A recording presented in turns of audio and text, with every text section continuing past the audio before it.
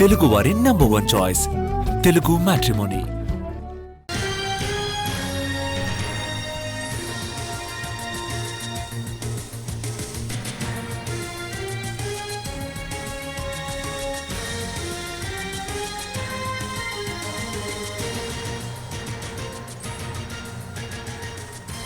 హైదరాబాద్ చాదర్ఘాట్ కాల్పుల ఘటనలో పోలీసులు విచారణ వేగవంతం చేశారు. నిన్న సాయంత్రం విక్టోరియా గ్రౌండ్లో పోలీసులపై కత్తితో దాడికి పాల్పడ్డాడు రౌడీ షీటర్ ఒమర్.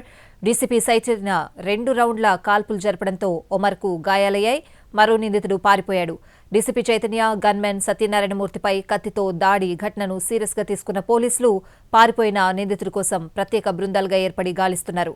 మరోవైపు రౌడీ షీటర్ ఒమర్కు నాంపల్లిలోని ఓ ప్రైవేట్ హాస్పిటల్లో చికిత్స అందిస్తున్నారు. ఒమర్ పరిస్థితి మరింత విషమంగా ఉండడంతో అతనికి ఇవాళ ఆపరేషన్ చేయనున్నారు. మరోవైపు మరోసారి విక్టోరియా గ్రౌండ్స్కు క్లూస్ టీం వెళ్లింది, ఆధారాలు సేకరించింది. హైదరాబాద్ చాదర్ఘాట్ కాల్పుల ఘటనలో పోలీసులు విచారణ వేగవంతం చేశారు. నిన్న సాయంత్రం విక్టోరియా గ్రౌండ్లో పోలీసులపై కత్తితో దాడికి పాల్పడ్డాడు rowdy sheeter Omar. DCP Chaitanya 2 రౌండ్ల కాల్పులు జరపడంతో ఒమర్కు గాయాలయ్యాయి. మరో నిందితుడు పారిపోయాడు. డీసీపీ చైతన్య, గన్మెన్ సత్యనారాయణమూర్తిపై కత్తితో దాడి ఘటనను సీరియస్గా తీసుకున్న పోలీసులు పారిపోయిన నిందితుడి కోసం ప్రత్యేక బృందాలుగా ఏర్పడి గాలిస్తున్నారు.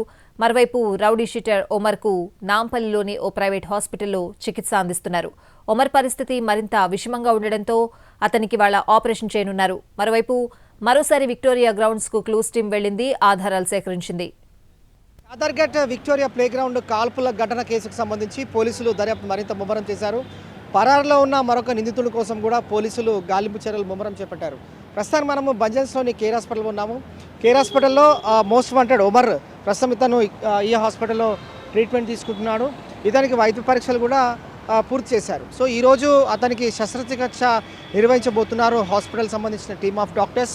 సో నిన్న ఇన్సిడెంట్ జరిగిన తర్వాత ఒమర్ని చాదర్ఘాట్లోని కేర్ హాస్పిటల్ షిఫ్ట్ చేశారు. అక్కడ నుండి నేరుగా బంజారా హాస్పిటల్, కేర్ హాస్పిటల్ కూడా షిఫ్ట్ చేయడం జరిగింది. సో మెరుగైన వైద్య చికిత్సల కోసం కూడా ఇటు సౌత్ ఈస్ట్ డీసీపీ చైతన్యతో పాటుగా గన్మెన్ సత్యనారాయణమూర్తులను కూడా సోమాజిగూడలోని యశోద ఆసుపత్రికి తరలించారు. పోలీసులు వివిధ కోణాల్లో కూడా దర్యాప్తు కొనసాగిస్తున్నారు. ఒమర్ సంబంధించి పరిశీలిస్తే నిన్న ఈవినింగ్ బంజారాస్లోని కేర్ హాస్పిటల్ షిఫ్ట్ అయ్యాడు అతను. తర్వాత వైద్య పరీక్షలు కూడా నిర్వహించారు.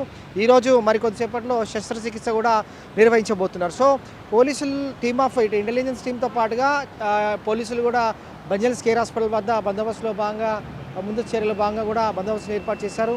సో ఇటు యశోద మలక్పేట హాస్పిటల్లో కూడా చైతన్యకు అలాగే గన్మెన్ సత్యనారాయణమూర్తిలో కూడా అక్కడ మెరుగైన వైద్య చికిత్స కోసం యశోద హాస్పిటల్ కూడా షిఫ్ట్ చేయడం జరిగింది. సో ఇటు విక్టోరియా ప్లేగ్రౌండ్కు సంబంధించిన ఇన్సిడెంట్, అక్కడ పరిసర ప్రాంతాల సీసీ కెమెరాలను అలాగే సాక్షులను విచారించారు పోలీసులు.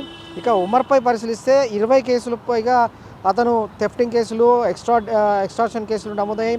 2 సార్లు పీడీ యాక్టులు వెళ్ళారు. అలాగే ఇటీవల 2 ఏళ్ల జైలు శిక్ష కూడా అనుభవించాడు.